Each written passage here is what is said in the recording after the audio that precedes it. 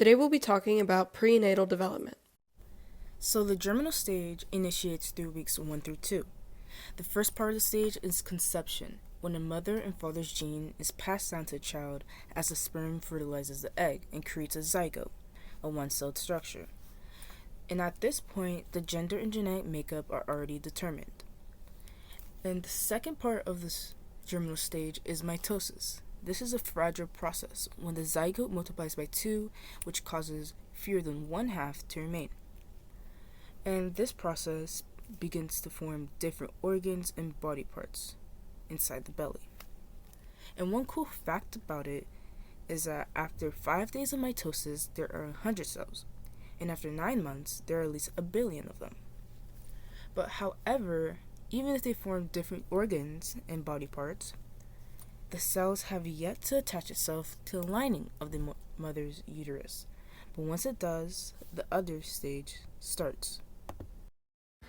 The next stage in the prenatal development is the embryonic stage.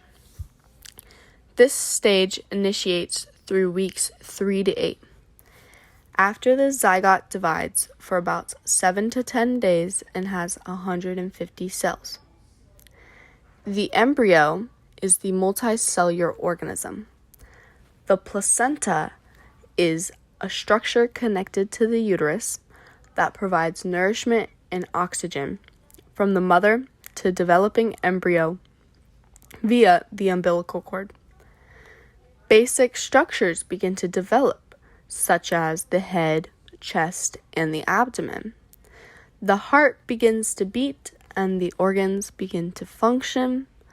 The spinal cord and the brain start to develop. The embryo changes to a fetus, which is about the size of a kidney bean. And then at 16 weeks, the fetus grows to 4.5 inches in length. And their fingers and toes are now fully developed, and fingerprints are now visible. And when the fetus reaches 24 weeks of development, it weighs up to 1.4 pounds. And their hearing develops to now be able to respond to sounds, like the beating of a heart, or outside noises, like music and speech. Also, their internal organs, like intestines and lungs, develop to the point that a fetus that is born prematurely at this point has a chance to survive outside of the uterus. And when we hit the 36 weeks mark, the fetus is 18 and a half inches long and 6 pounds, which is half as heavy as a gallon of paint.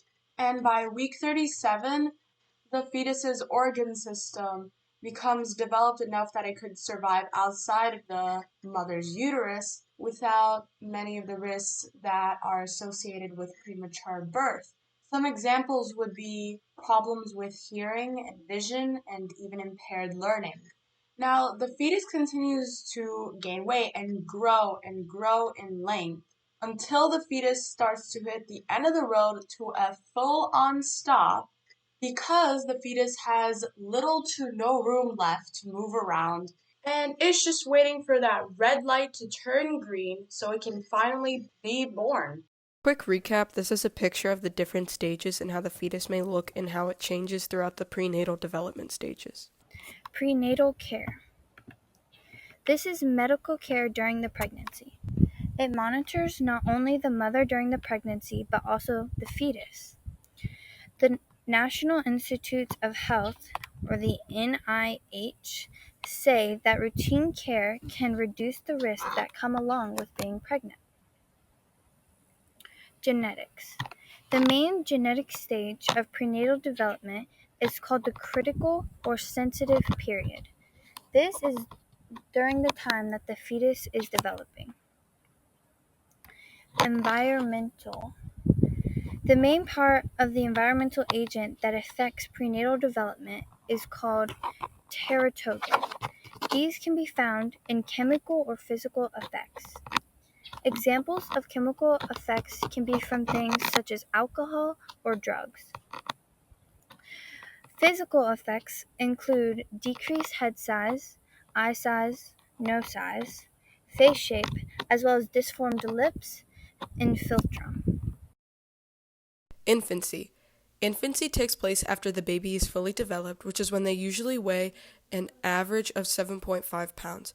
All healthy babies are born with natural newborn reflexes, which is an inborn automatic response to their environment. It helps the newborn survive until they start to develop more crucial survival reflexes, which begin to happen around 4 to 5 months of age. Examples of newborn reflexes include moro, sucking, and rooting. Moro is when the baby is startled by a loud sound or movement, so they begin to either throw their head back or extend their arms and legs. Sucking is when the roof of the baby's mouth is stimulated, so in response they begin to suck on whatever is nearest to them, and this reflex helps with nursing. Rooting is when the corner of the baby's mouth is touched, so they begin to follow the direction of the touch with their mouth. They also begin to develop their sensory developments during infancy.